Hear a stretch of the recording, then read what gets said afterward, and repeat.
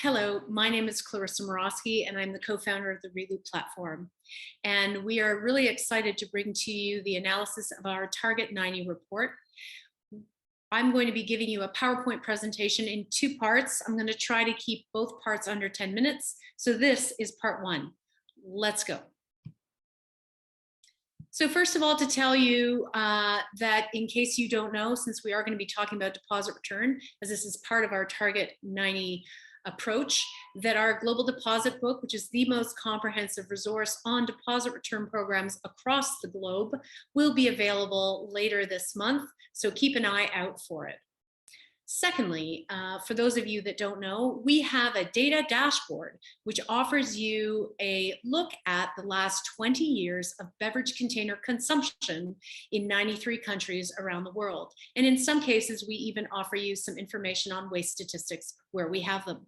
Very, very user-friendly dashboard, and we hope that you use it, and we are going to be growing it into the future because we believe that giving people good data and analysis will lead to better policy. But let's talk right now about Target 90. So Target 90 was something that we embarked on when we were developing our dashboard, because we were starting to get sales data as well as recycling data, and we were able to kind of put them together and see what the impact was in terms of waste, carbon emissions, potential avoidance, with good policy into the future. But first we wanted to run the numbers and see what they would give us, because we know that recycling a lot of material in a closed loop manner is a very good thing, but we really wanted to get some firm numbers as evidence to be able to substantiate that claim. So we call it our Target 90 project, and here we go. It starts with looking at European countries today where we have deposit return programs, and what we see is that the performance of those programs is on average 90%. On the left, you will see all of the deposit return programs currently operating in Europe, with a few that have just been introduced, not included because we don't have performance measurements for them yet. But as you can see, they're all very high, with the exception of the Netherlands, which is going to be improved because it's recently been modernized. And on the right-hand side, you can see when those programs were legislated and when they started. So it shows you that we already have existing programs that are hitting 90 in Europe.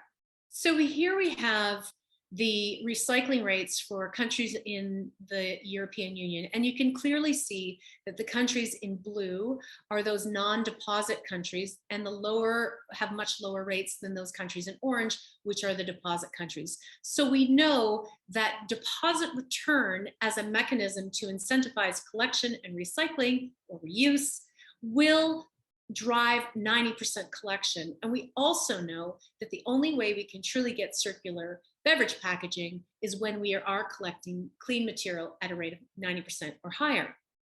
Now, the interesting thing about this is that not only is it connected to climate change, because as we recycle in closed loops over and over again, every time we're recycling the same material over, we're avoiding all that virgin material, which is really the more polluting part of the cycle, and that is directly connected to reducing emissions and helping to fight climate change.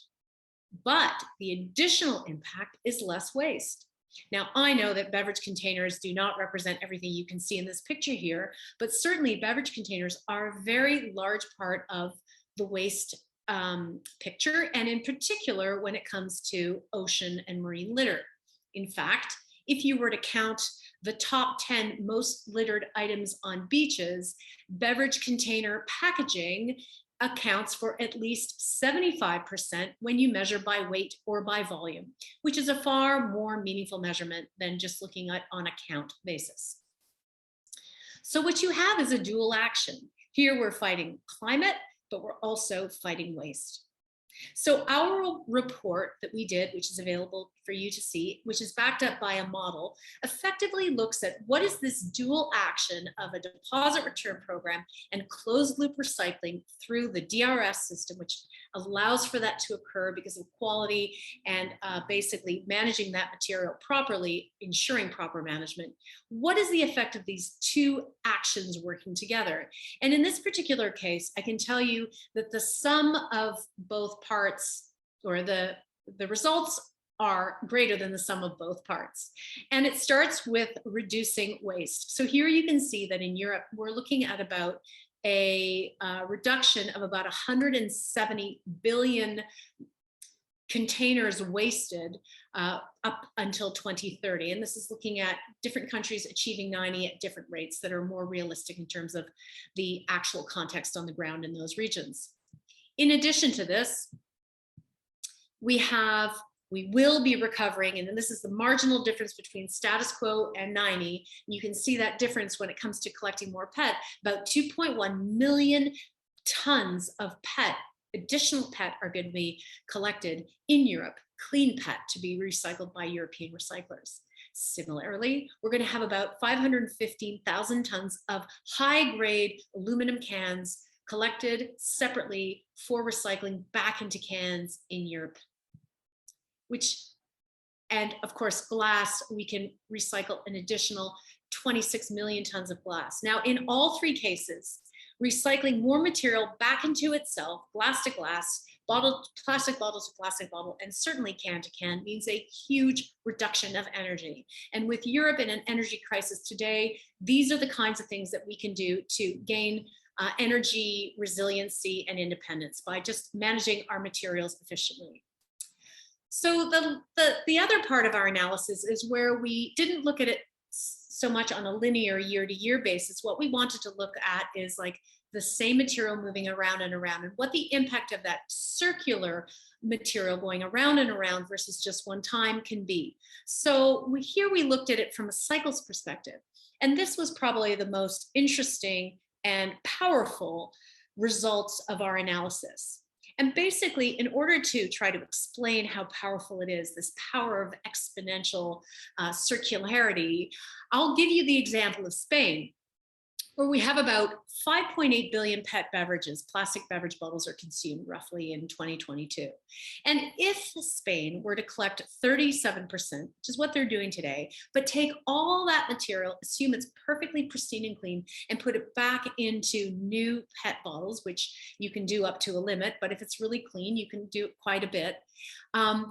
What would we see? We would see the producers benefiting from retaining that material and recycling it over and over. The equivalent of what would be in terms of weight, about 1.9 billion bottles. So 1.9 billion virgin bottles would not have been needed.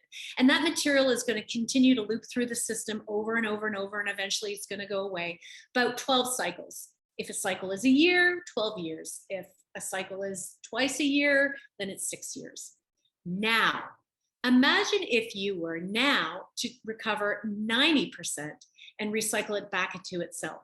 It would actually bubble to 29 billion bottles worth 91 cycles, 91 years or half of that.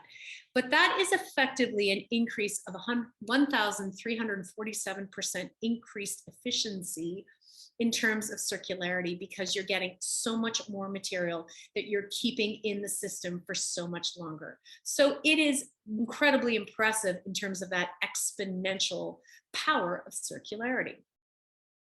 So with that, I'm going to stop with part one. And if you join us in part two, I'm going to give you the results of our analysis. Thank you.